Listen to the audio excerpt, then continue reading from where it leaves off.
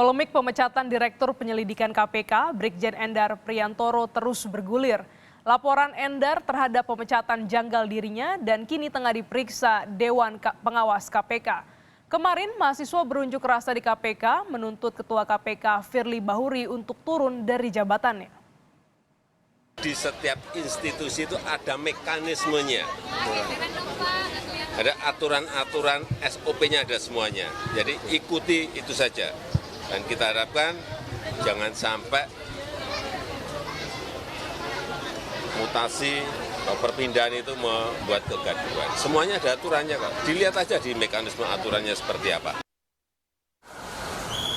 Pesan dari Presiden seolah menegaskan adanya gesekan antara lembaga anti rasuah KPK dan kepolisian.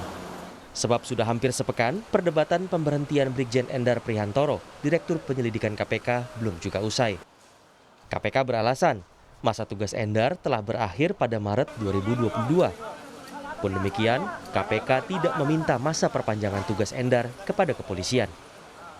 Padahal, Kapolri menegaskan telah mengirim surat perpanjangan tugas Brigjen Endar di KPK.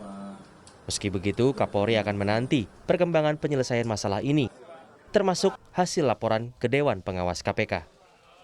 Karena ini masalah persoalan internal di KPK yang saat ini sedang diselesaikan di Dewas, ya kita tunggu saja.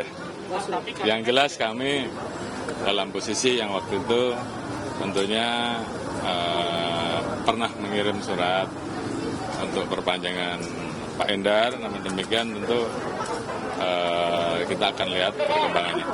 Ya saya kira aturan-aturannya kan sudah ada. Aturan di KPK dan aturan di kepolisian sudah ada. Ya tentunya kita taat asas dengan aturan itu. Ya, terima kasih ya. Soal laporan Endar, Ketua Dewan Pengawas KPK, Tumpak Hatorangan Panggabean, bilang masih mempelajarinya. Namun, alasan Endar dicopot, Tumpak memastikan tak ada kaitannya dengan pelanggaran etik KPK. Pengembalian Pak Endar ini tidak ada koordinasi terlebih dahulu antara pimpinan KPK dengan pimpinan Polri ya gitu. Nanti kita pelajari, kita lihat dulu ya. Nanti pengembalian PNS atau ya Polri, misal ya anggota Polri yang tugas di KPK adalah misal dia melakukan pelanggaran berat kayak gitu. Sejauh ini Pak Endar apakah pernah melakukan pelanggaran berat atau? Belum pernah, dia belum pernah terkena pelanggaran etik di sini. Belum ada itu. Sebelumnya, Endar dipanggil Wakil Ketua KPK, Nurul Gufron, yang memberikannya surat pemberhentian tanpa disertai alasan. Tetapi ia menduga alasannya karena punya perbedaan pendapat soal penyelidikan kasus Formula E. Hal yang biasa juga sebenarnya bahwa di dalam forum ekspos itu ada berbagai pendapat, perbedaan pendapat dan lain-lain. Khusus untuk kasus Formula E memang sampai dengan hari ini masih belum diputus, artinya belum ada kesepemahaman terkait dengan apakah ini naik atau tidak. Sampai dengan hari ini masih belum ditemukan bukti permulaan, sehingga ada beberapa rekomendasi dari hasil ekspos terakhir untuk ditindaklanjuti oleh para penyelidik kita. Jika benar persoalan kasus Formula E yang jadi pangkalnya, peneliti Pusat Kajian Anti Korupsi UGM Zainur Rohman menilai langkah KPK mencopot Endar berbahaya bagi independensi sumber daya manusia di KPK. Nah, kalau memang alasan pemberhentian Pak Endar ini karena kasus Formula E, maka menurut saya ini sangat bahaya. Kenapa? Karena Pak Saud tadi sudah menyampaikan, KPK adalah lembaga negara independen. Salah satu sifat independensi KPK itu adalah independensi dalam sumber daya manusia. Nah, independensi sumber daya manusia itu wujudnya adalah pimpinan dan pegawai KPK itu tidak mudah untuk diberhentikan kecuali atas pelanggaran kode etik atau disiplin yang berat.